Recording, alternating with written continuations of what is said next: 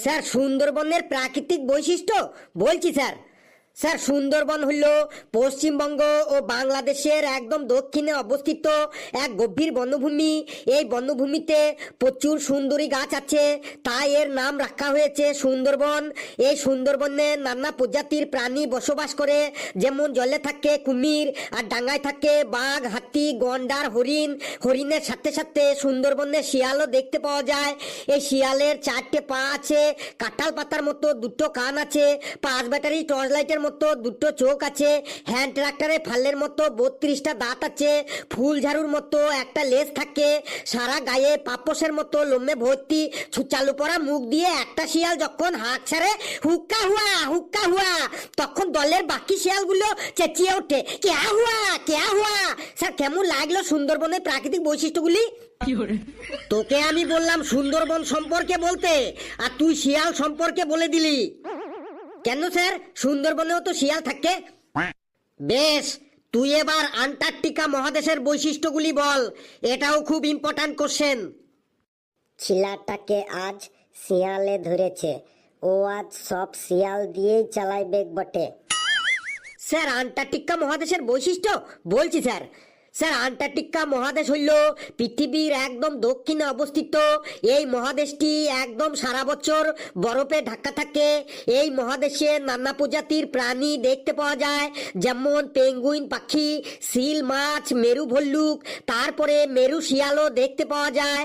আর এই শিয়ালের 4টে পা আছে, কাঁঠাল পাতার মতো 2টো কান আছে, 5 ব্যাটারি টর্চ লাইটের মতো 2টো চোখ আছে, হ্যান্ড ট্রাক্টরে ফালের মতো 32টা দাঁত আছে, ফুল ঝাড়ুর মতো একটা লেজ থাকে, সারা গায়ে পাপোশের মতো লোমে ভর্তি, চালু পড়া মুখ দিয়ে একটা শিয়াল যখন হাঁক ছাড়ে হুক্কা হুয়া, তখন দলের বাকি শিয়ালগুলো চেঁচিয়ে ওঠে কেয়া হুয়া। স্যার কেমন লাগলো আন্টার্কটিকা মহাদেশের বৈশিষ্ট্যগুলি? যেটো আইডিয়া করেছিলাম সেটাই ঠিক, ছিলাটা আজ শিয়াল দিয়েই চালাইবে বটে।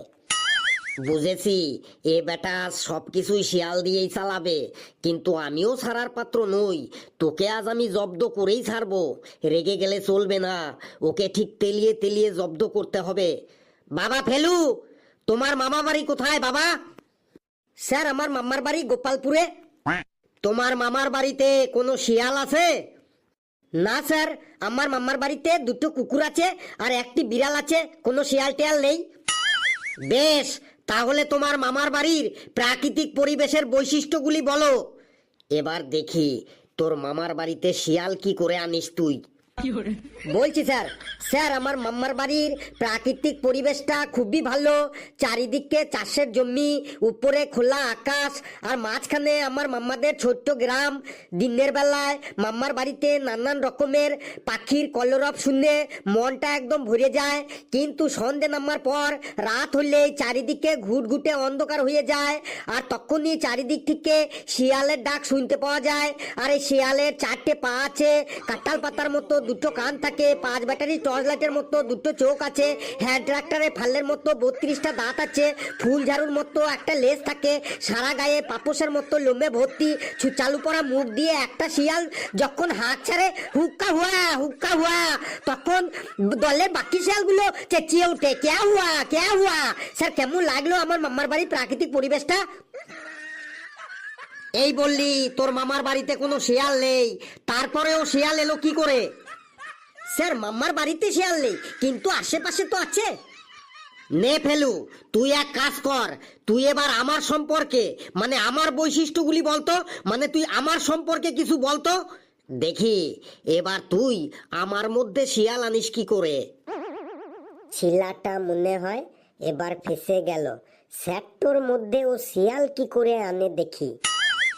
স্যার আপনার সম্পর্কে বলবো? এত সহজ কোশ্চেন ধরলেন? কথা না বাড়িয়ে তুই বলা শুরু কর। স্যার আপনার নাম ভান্ডু কুমার দান্ডেকর, আপনি হলেন আমাদের সব থেকে প্রিয় স্যার।